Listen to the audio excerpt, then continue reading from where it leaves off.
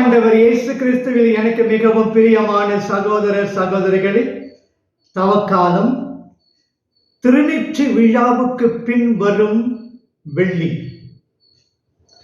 ஒரு சந்தி இருப்பதும் உபவாசம் இருப்பதும் சமய சடங்குகளின் ஒரு அம்சம், தவத்தின் ஒரு பகுதி. சாக்கு ஆடை அணிந்து சாம்பலை பூசி உண்ணாதிருந்து தவம் செய்தனர் நினிவே நகர் மக்கள். யோனா 1. பால் உண்ணும் நெய் உண்ணும் திருப்பாவை சொல்கிறது. தவத்தினால் ஐம்பொறிகள் அடக்கப்படுகின்றன. உண்ணாது இருக்கும் பொழுது பசி கொடுமையின் அனுபவம் பெறுகிறோம். இஸ்ராயல் இனத்தின் நோன்புகள் வெறும் வெள்ளி சடங்குகள் ஆயின. இவற்றை கண்டிக்கும் வகையில் அமைந்தது இன்றைய வாசகம்.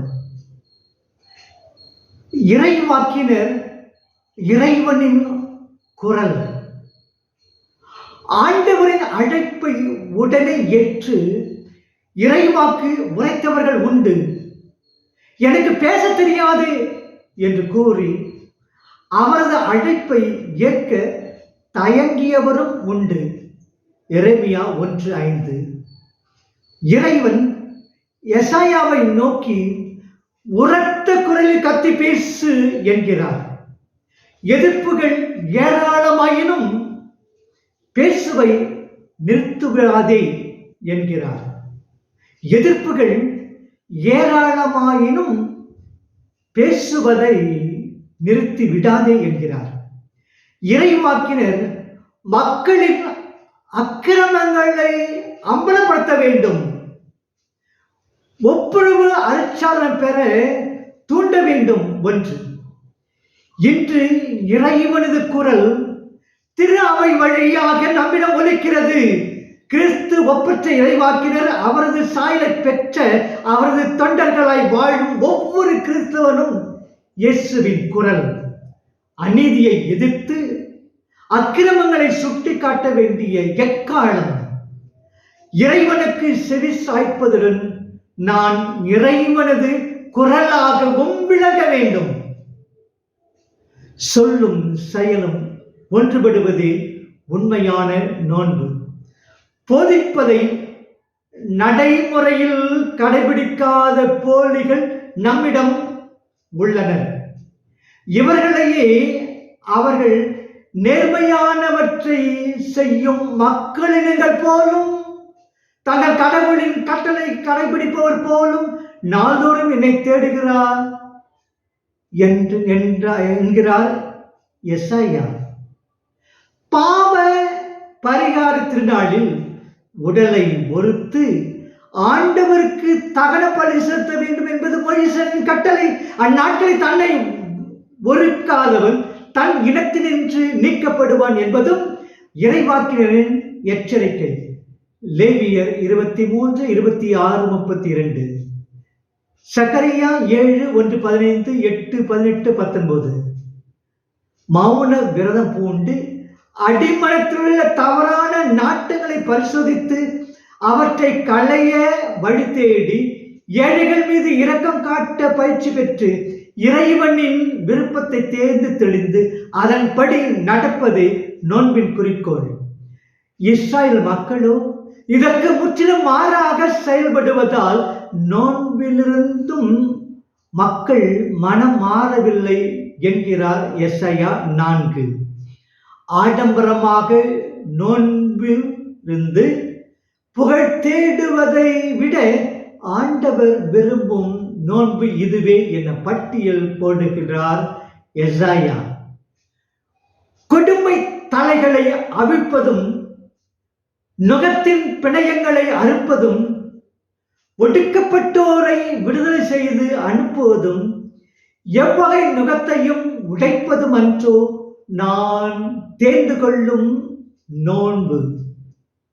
பசித்தோருக்கு உங்கள் உணவை பகிர்ந்து கொடுப்பதும் தங்க இடமில்லா வறியோரை உங்கள் இல்லத்திற்கு அழைத்து வருவதும் உடையற்றோரை காணும்போது அவர்களுக்கு உடுக்க கொடுப்பதும் நான் விரும்பும் நோன்பு.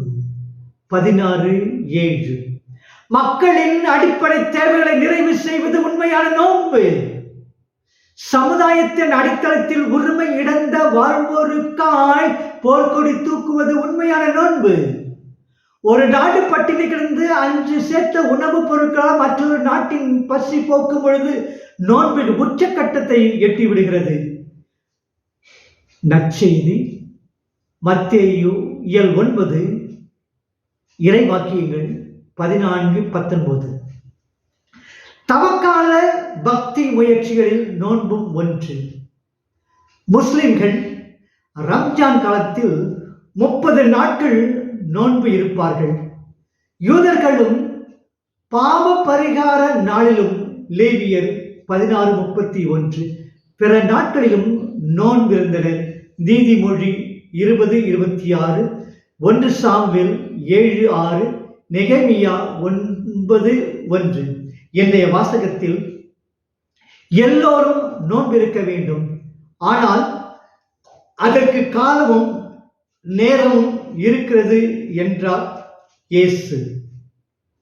தவக்காலத்தை தவிர நோன்பு இருத்தலுக்கு வேறு உரிய காலம் இல்லை என்பதை உணர்ந்து நோன்பு வழி நம் உணவை சுருக்கி உடலை ஒருக்க கற்றுக்கொள்வோமா?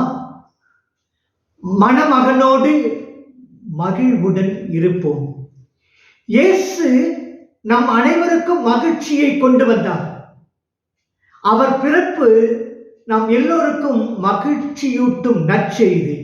லூக்கா 2:10.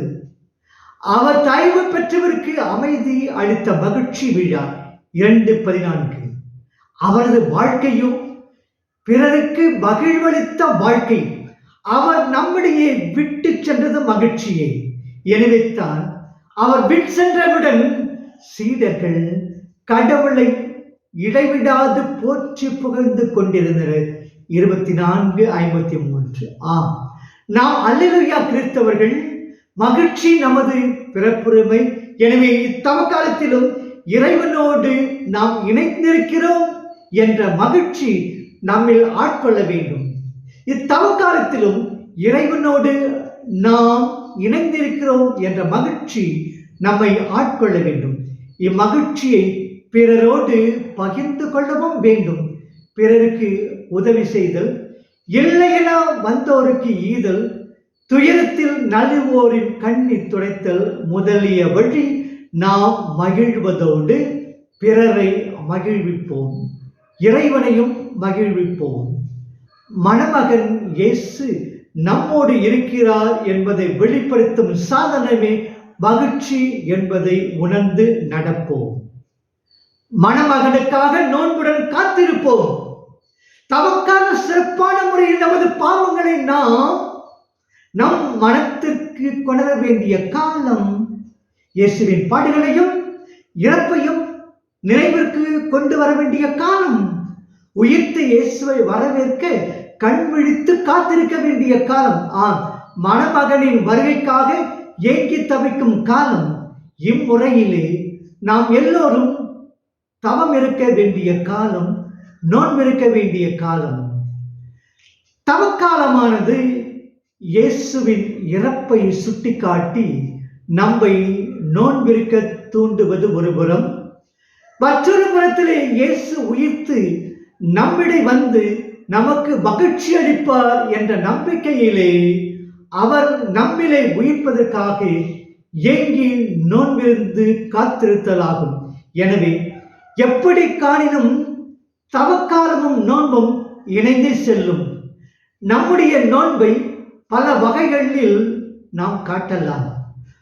உடல் தேவைக்கு மேற்பட்ட உணவுப் பொருட்களை கட்டுப்படுத்துதல், உயிரையும் உடலையும் இணைத்து வைக்க தேவைப்படும் அத்தியாவசிய பொருட்களில் சிலவற்றை கட்டுப்படுத்துதல் அல்லது குறைத்தல், உடல் உறுப்புகள் உள்ளத்தின் உறுப்புகளை தம் இச்சைப்படி நடக்க விடாது தடுத்தல், இன்பங்கள், சுகங்கள், பொழுதுபோக்குகள் என்று நம்முடைய நேரத்தையும் காலத்தையும் வீணாக்கும் பற்பல சூழல்கள், பொருட்கள், இடங்கள் ஆட்களை தவிர்த்தல், தேவைக்கு மேற்பட்டிருப்பதை அல்லது தேவையானதையும் கூட இல்லாதவர்களோடு பகிர்ந்து கொள்ளல், இவை என்ன பல வகைகளிலே தவக்காலம் நமக்கு நோன்பு காலமாக வேண்டும். உடலை அடக்குவது மட்டுமன்று உள்ளத்தை அடக்கி ஆள்வதும் உண்மை நோன்பே என்பதை உணர்ந்து நடப்போம்.